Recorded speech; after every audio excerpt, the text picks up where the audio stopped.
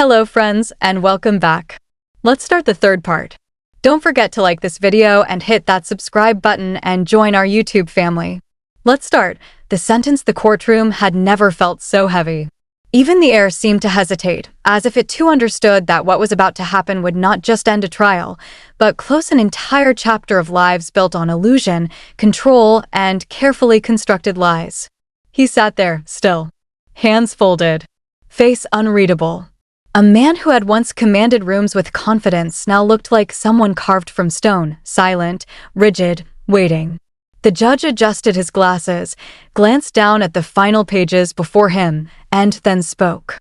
And in that moment, every whisper died. Every breath paused. Every heartbeat seemed to echo louder than it should. Mr. Kody Brown. The name landed with weight. Not power. Not authority. Just consequence.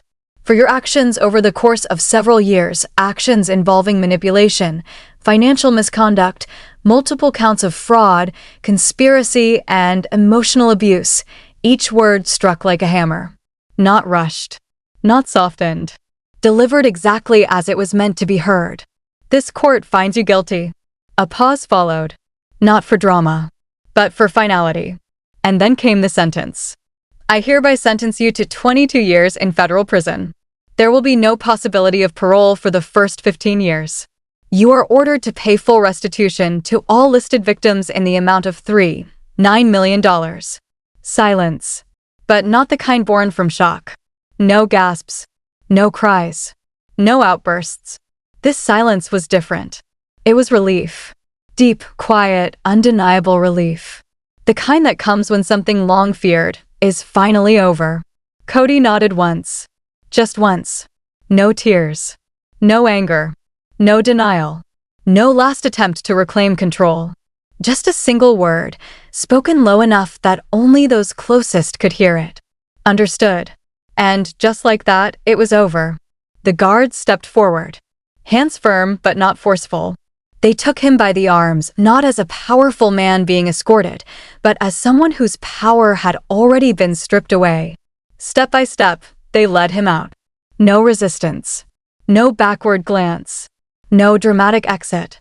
Just the quiet departure of a man who no longer had anything left to hold on to. The doors closed behind him. And with that, he was gone. Not just from the courtroom, but from the world he once controlled. The aftermath, no one moved at first. The women remained seated. Still, watching the space where he had been. Not with satisfaction. Not with victory, but with something deeper. Finality. Robyn's fingers tightened slightly in her lap. Angela exhaled slowly, like she had been holding that breath for years. Christine stared ahead, her expression unreadable, but her eyes lighter. Something had lifted. Not everything, but enough. Around them, the courtroom came back to life. Cameras flashed. Reporters shouted questions. Voices rose, competing, chasing the story. But inside that small space where they sat, none of it mattered. Because the truth had finally been spoken. Not edited. Not scripted. Not hidden behind contracts or carefully crafted narratives. Just truth. Raw. Unfiltered. And irreversible. Outside the courthouse, the doors opened to chaos. Flashing lights. Shouting reporters. Microphones thrust forward like weapons demanding answers. But the women didn't stop. They walked through it. Not hurried. Not afraid.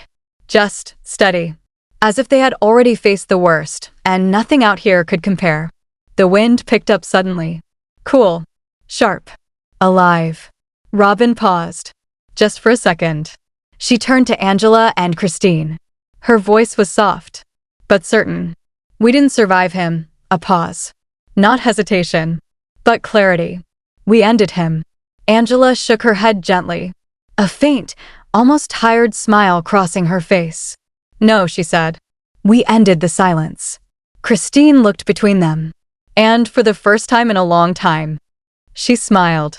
And now, she said quietly, we rebuild. And just like that, they kept walking, leaving behind the noise, the headlines, the man who had once defined their lives. A new reality days later, the world had moved on. At least on the surface. The headlines shifted. The media found its next obsession. But for the women, this was only the beginning. Because justice doesn't rebuild a life. It only clears the space for one to begin again. Robyn, she sat alone at her kitchen table. No cameras. No producers. No expectations. Just silence. Real silence.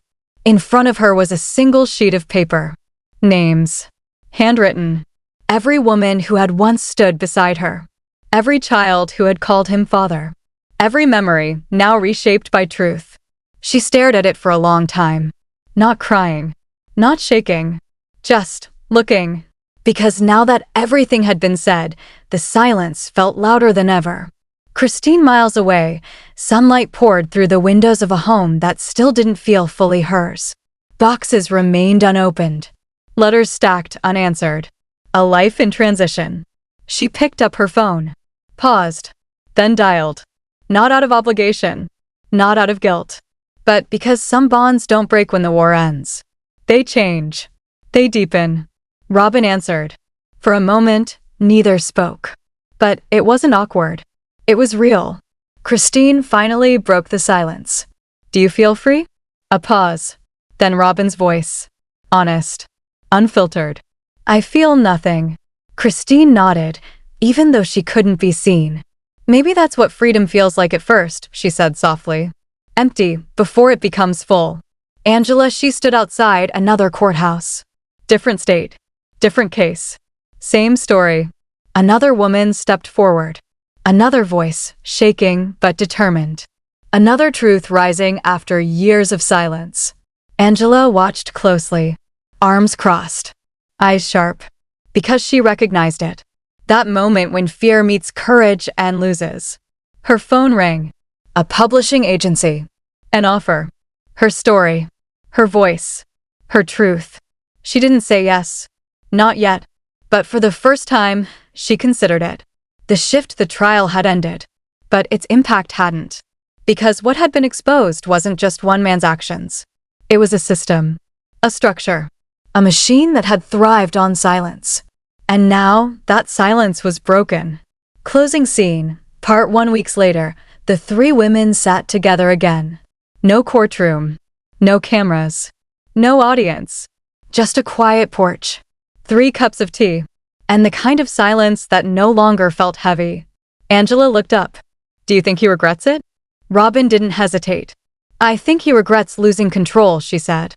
Not losing us. Christine leaned back slightly. Calm. Certain. Then he never deserved us to begin with. They laughed. Not because it was funny, but because it was safe. And that more than the sentence. More than the headlines. More than anything was the real ending. The aftermath of truth, there was no celebration. No moment where everything suddenly felt right. No sense of victory waiting on the other side of the verdict. Because justice, in this case, didn't taste sweet. It tasted like ash. Like something long buried finally dragged into the light, only to leave behind a hollow space where something once lived. The quiet after the storm, the courthouse had emptied. The noise had faded. And what remained was something far more unfamiliar than chaos, stillness. For years, their lives had been loud. Voices layered over voices. Cameras capturing every glance, every tear, every carefully shaped version of reality. Now, nothing. No producers calling. No scripts to follow. No expectations to perform. Just silence. And in that silence, truth had room to breathe. Robyn, learning to exist again, Robyn stood by the window of her new home, watching the wind carry dry leaves across the porch. Autumn had arrived quietly, almost respectfully, as if even the season understood that change didn't need to announce itself anymore. In her hands was a cup of tea long gone cold. She hadn't noticed. Her thoughts moved slower now. Not clouded, just careful. For so long, she had measured every word, every reaction. Calculated. Controlled. Surviving meant adapting. But now, there was nothing left to adapt to. And that realization was both freeing and terrifying. She whispered it once, just to hear how it sounded out loud. I don't know who I am without all of it. The words didn't echo. They settled. Softly. like something waiting to be answered, not immediately, but eventually. Christine, building something real. Christine's world looked different, felt different, smelled different. Pinewood, fresh air, silence that didn't press against her chest. Her new home sat at the edge of a quiet forest, far removed from the life she once lived. No cameras, no staged conversations, no invisible pressure shaping every decision. Just space. She unpacked the last box slowly. Inside, buried beneath old papers and forgotten objects, she found a photograph. All of them, together, smiling, arms wrapped around each other like nothing could ever break them. For a moment, time folded. She could almost believe that version of them still existed. But she knew better. They weren't those women anymore. And strangely, that didn't make her sad. It made her proud. Because those women had believed. And these women had survived. She set the photo down carefully. Not as something to mourn, but as something to honor. Angela, turning pain into purpose. Angela didn't slow down. She couldn't. Stillness, for her, felt too close to everything she had fought to escape. So she moved forward. Fast. Relentless. Law school became her battlefield. Books stacked high.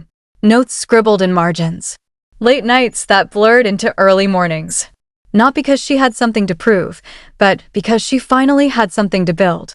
One afternoon, during a lecture on coercive control, the professor asked a simple question. What defines power in abusive dynamics? The room hesitated. Students flipped through notes, searching for textbook answers. Angela didn't. She raised her hand.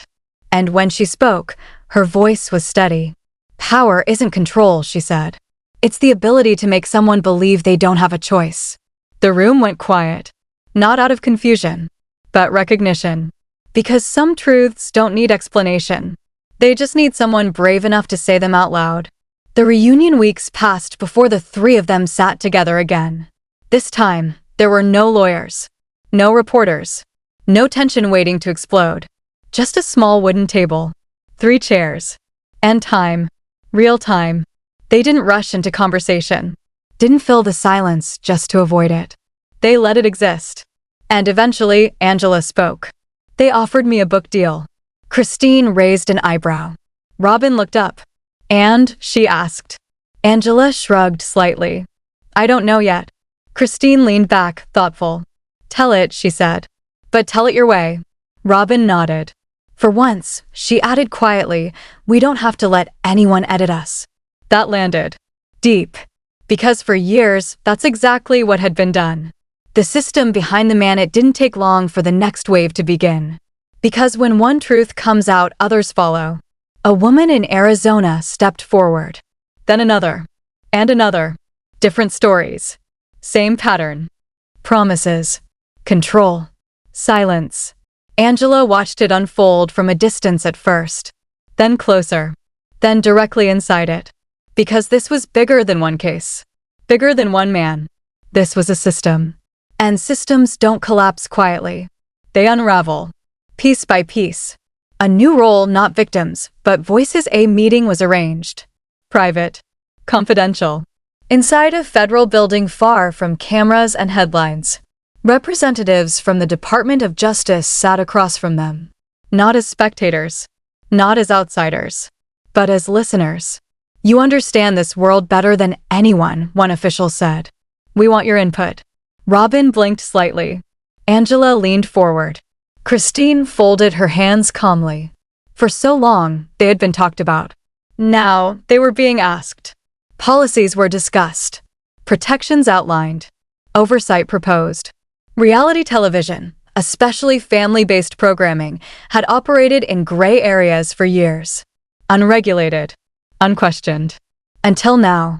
You're making history, the official added. Angela shook her head. No, she said. We're making sure it doesn't happen again. Robyn's voice followed, softer but just as firm. If it helps even one woman speak up, it's enough. Christine smiled faintly. Let's make sure they can't hide behind ratings anymore. Shifting public perception, the headlines changed. At first, they had been loud, explosive, sensational. But now, they carried something different. respect. Where there had once been judgment, there was now understanding. Because the story people thought they knew was never the real one. And once the truth surfaced, it couldn't be unseen. Kody, alone with himself far away from cameras and courtrooms, he sat in a place where none of it mattered anymore. No audience, no narrative, no control, just concrete walls, a steel bed, and silence. Real silence. The kind that doesn't ask anything of you, but forces you to face everything anyway. Days passed slowly, measured not in moments, but in thoughts. And thoughts, for the first time, had nowhere to hide. Then came the letter. From his son. Short, direct, unforgiving. I hope you find the man you pretended to be. He read it once, then again. And something inside him shifted. Not dramatically, not visibly, but enough. Because for the first time, he wasn't seeing himself through his own eyes. And that reflection was unbearable. He cried. Not loudly, not violently, but quietly. Like something breaking that had been held together for far too long. Choosing different paths, they didn't all heal the same way. They didn't move forward the same way. And that was the point. Robyn found herself returning to painting. At first, hesitant. Then instinctive. Each brushstroke felt like reclaiming something that had been taken from her. Not for anyone else. Not for recognition. Just for herself. Angela leaned deeper into law. Driven. Focused. Building something solid out of everything that had once been unstable. Christine turned outward. Speaking. Sharing. Standing in rooms filled with women who saw themselves in her story. At the end of every talk, she said the same thing. Don't wait for a courtroom to tell you your truth matters. It already does. And every time it landed. Closing scene, part 2. One evening, they sat together again. Same porch. Same quiet. Different women. Angela looked up at the sky. Do you think it's really over? Robyn took a slow breath. I think that part is. Christine tilted her head slightly. And the rest? Robyn smiled faintly. The rest is ours now. No fear. No hesitation. No unfinished business. Just something unfamiliar, but finally real. Peace. Legacy time didn't move the way it used to. It no longer rushed forward in chaos or dragged under the weight of fear. Instead, it settled. Slow. Steady. Honest. Measured not in court dates or breaking headlines, but in quiet mornings, uninterrupted nights, and the unfamiliar rhythm of peace. Learning stillness at first, the silence had felt unnatural. Like something missing. Like the calm before another storm. But the storm never came. No late-night calls. No legal threats. No carefully worded messages meant to pull them back into something they had already escaped. Just stillness. And slowly, almost cautiously, they began to trust it. Angela noticed it first. Walking across campus one morning, books tucked under her arm, she caught herself smiling. Not because something extraordinary had happened, but because nothing had gone wrong. And that alone felt extraordinary. She paused for a moment, letting that realization settle. For years, peace had been something she fought for. Now, it was something she was learning to live inside. Angela, from survival to purpose law school, was no longer just a goal. It had become a foundation. Her foundation. Each class, each case, each late-night study session wasn't just academic, it was personal. She understood things her textbooks couldn't fully explain. Power, control, silence, and how easily all three could intertwine. One afternoon, during an interview for a nonprofit legal group, the director leaned forward and asked, "What makes you qualified for this work?" Angela didn't hesitate. "Experience," she said. No elaboration. No performance. Just truth. And that was enough. Weeks later, she began working with young women navigating cases that looked painfully familiar. Different names. Different faces. Same patterns. But this time, the endings could be different. Because someone was standing beside them who understood. Robyn, reclaiming herself, Robyn's new home sat quietly at the edge of the mountains. Far enough from everything to feel separate. Close enough to remind her why she left. Inside, the walls slowly filled with color. Canvas after canvas. Brushstroke after brushstroke. At first, the paintings were heavy, dark, chaotic. But over time, they changed, softened, opened, like something inside her was remembering how to breathe again. She didn't paint for anyone else, didn't post them, didn't sell them. They weren't meant to be seen. They were meant to be felt. One morning, she stood back and looked at a finished piece. Light breaking through shadow. Not perfectly, not completely, but enough. And for the first time in years, she recognized herself in something. Not the version shaped by expectation. Not the version edited for others. Just herself. Christine, holding the door open, Christine had found her voice in a different way. Not in quiet, but in connection. Rooms filled with women.